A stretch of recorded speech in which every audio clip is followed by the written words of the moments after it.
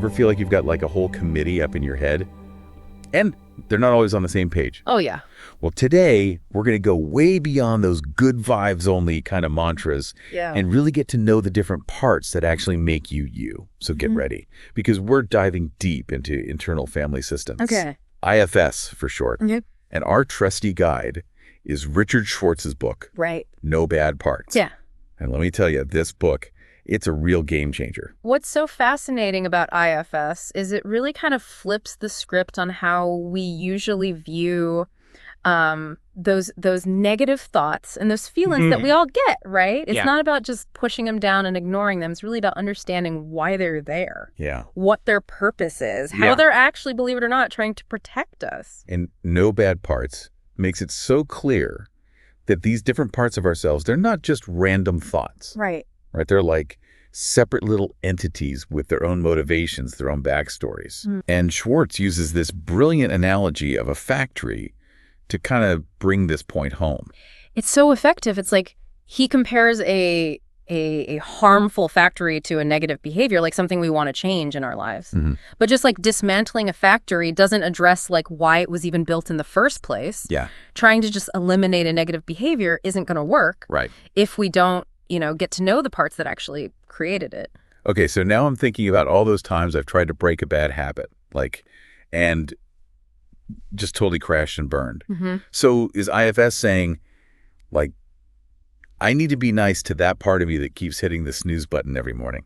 Not necessarily nice, but understanding. Okay. You see, traditional personal growth, it often involves a lot of inner fighting. Yeah. We're trying to force ourselves to think differently, to feel differently. But IFS is about, getting curious about those parts, even making friends with them, Yeah. It's really a radical shift in perspective. So even that part of me that's making me procrastinate on that big project, that part is trying to protect me somehow. Exactly. Think about it. What if that procrastination is actually your system's way of protecting you from feeling overwhelmed or from that fear of failure? Whoa. Yeah. That's kind of blowing my mind. All this time I've been battling these parts of myself instead of trying to understand them. And that's where things start to really shift, I think. And, Schwartz gives this really powerful example in the book. He talks about a woman whose cutting part was actually a protector that was trying to cope with really intense emotional pain. Oh. And once she understood its purpose, then she was able to find, healthier ways to actually deal with that pain. Okay, so now I'm really intrigued by these protector parts. So the book talks about a few different types. The managers, the firefighters, and the exiles. What's the difference between all those? Well, it's each of those has a specialized role in your inner system, right? So managers, they're all about control and order. They're pushing you to achieve, perform, please other people. Right. So is that my inner critic, the one that's always telling me I'm not good enough? Could be. Or it could be that voice that's constantly making lists, planning ahead, just trying to prevent anything from going wrong. Okay. And what about firefighters?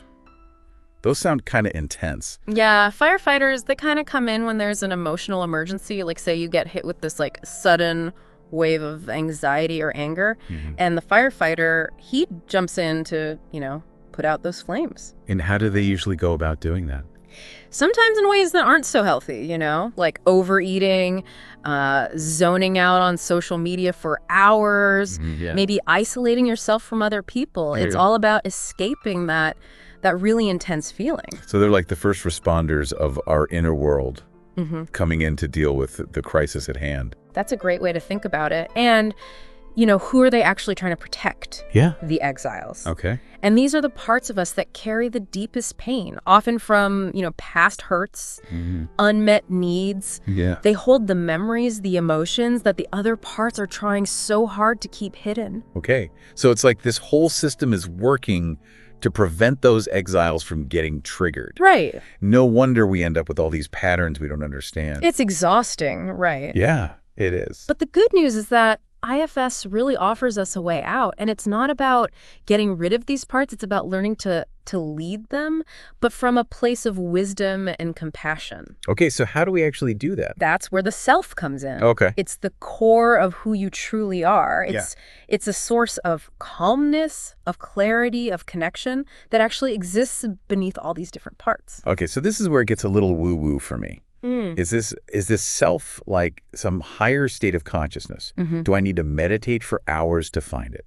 No, not at all. It's not about emptying your mind or, achieving enlightenment or something like that. Right. The self is already there. Okay. It's just often obscured by all the noise of our parts. Okay. And accessing it can be as simple as like taking a deep breath and noticing how your body feels.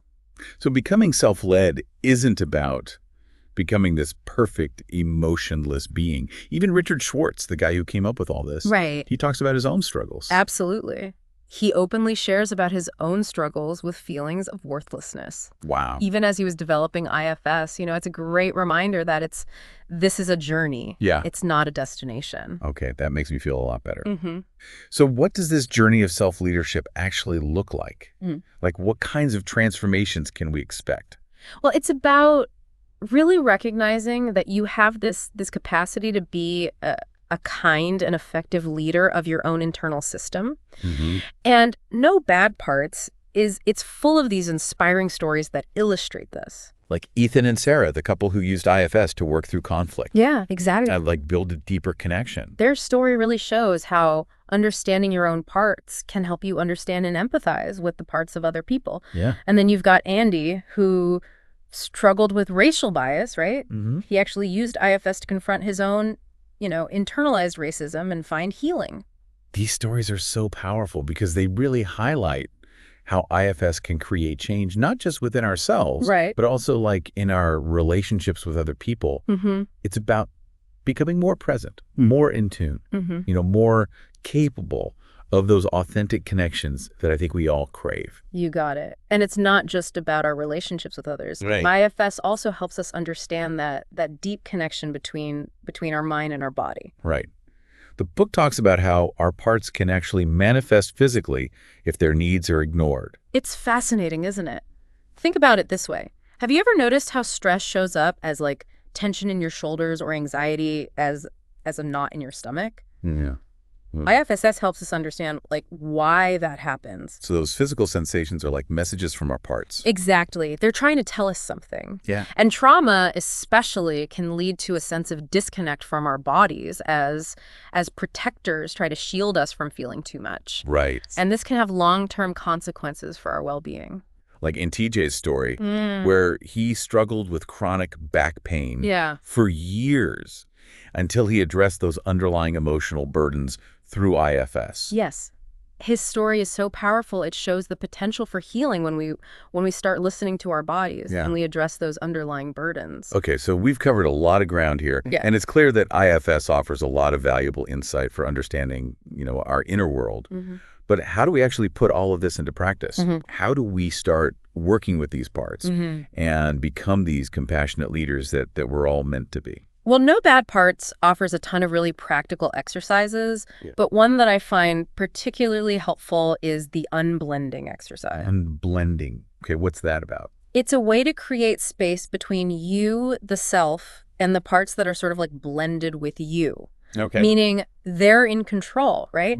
So imagine that part of you that makes you feel anxious in social situations. Yeah. Through the unblending exercise, you can start to separate yourself from that anxiety and allow yourself's qualities of calmness, clarity to kind of come forward. So it's not about getting rid of the anxious part. It's more about changing how we relate to it. Exactly. Yeah. And the book, walks you through this process of noticing the part, acknowledging its presence, even appreciating its intention to protect you.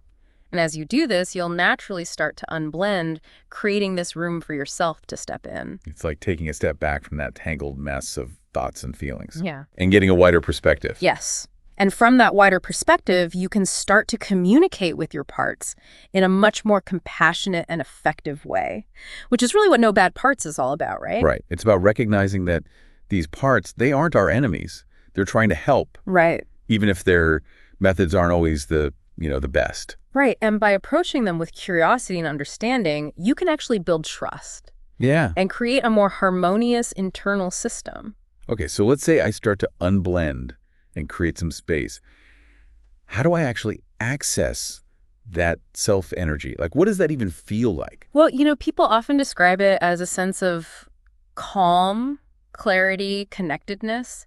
It's that feeling of being grounded and centered, even in the midst of all those challenging emotions. So it's like finding that calm within the storm of our inner world. I love that. That's a beautiful image. And as you become more familiar with that self-energy, you can access it more easily in your everyday life. And the book even encourages us to pay attention to the physical sensations associated with the self, right? Mm-hmm. Do you feel more relaxed, more open, more present in your body? This is so interesting. It's like tuning into our physical sensations can actually help us connect with our inner world. It absolutely can. And as you become more embodied, you naturally bring more self-leadership to your interactions with others. You'll find yourself responding from a place of compassion and understanding, even in difficult situations. So this journey of self-leadership is about more than just inner peace.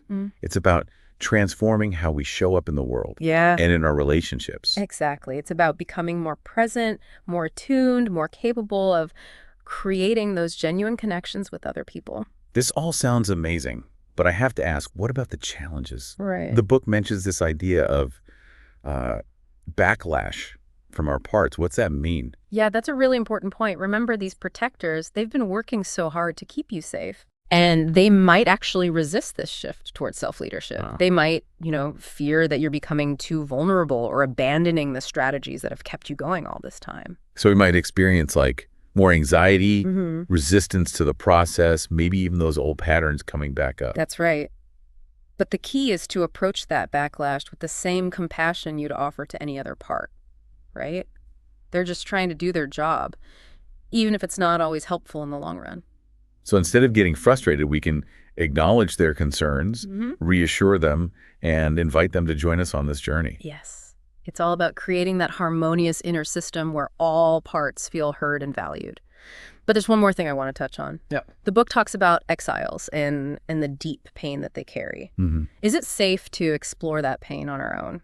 That's a really good question. I've been wondering about that myself. It feels like some of that stuff might be pretty intense. You're absolutely right. While No Bad Parts offers a lot of tools for self-exploration, working directly with exiles can be really delicate. Okay. If you're starting to uncover, deep trauma or really intense emotional pain, it's often best to seek support from a trained IFS therapist.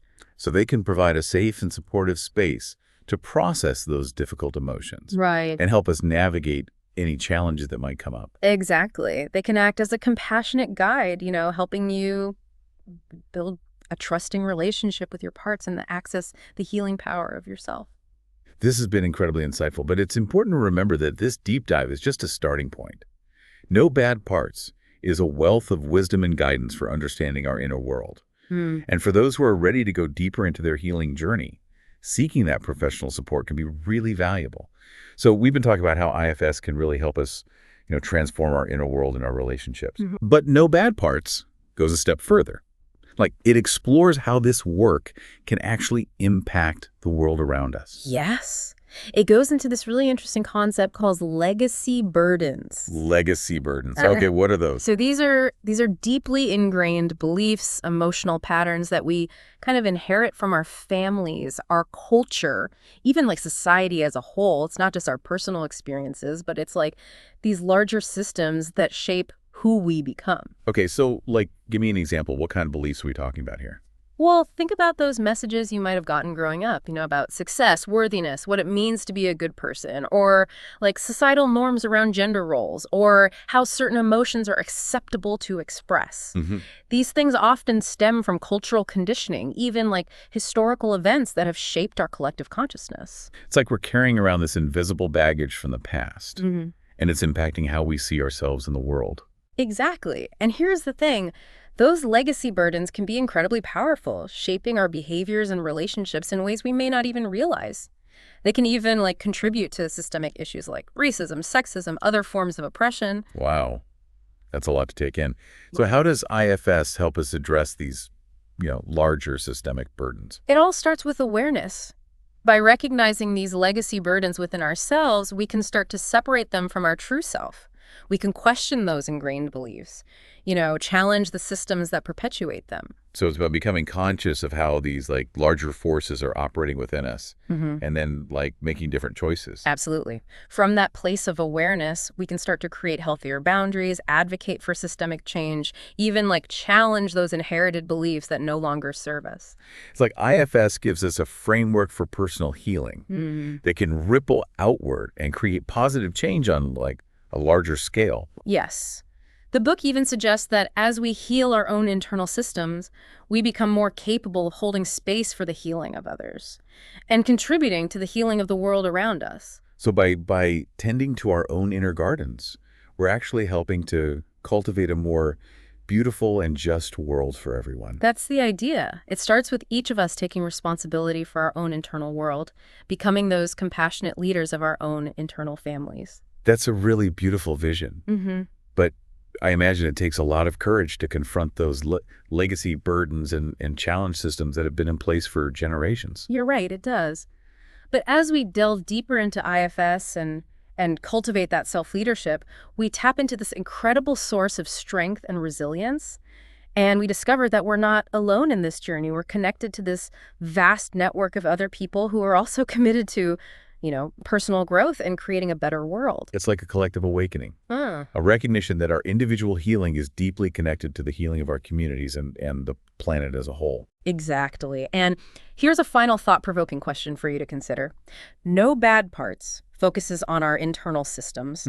But what if we could apply these same principles of IFS to those larger systems? What if we could approach like conflict resolution, social justice issues, even environmental challenges through this lens of understanding and healing the parts of those systems? That's such a powerful idea. It's like expanding that circle of compassion to include not just ourselves and our loved ones, but entire communities, nations, even the earth itself. Yeah. Something to ponder, right? Yeah. As we continue on this journey of self-discovery and collective healing, thanks for joining us on this deep dive into IFS. Until next time, keep exploring.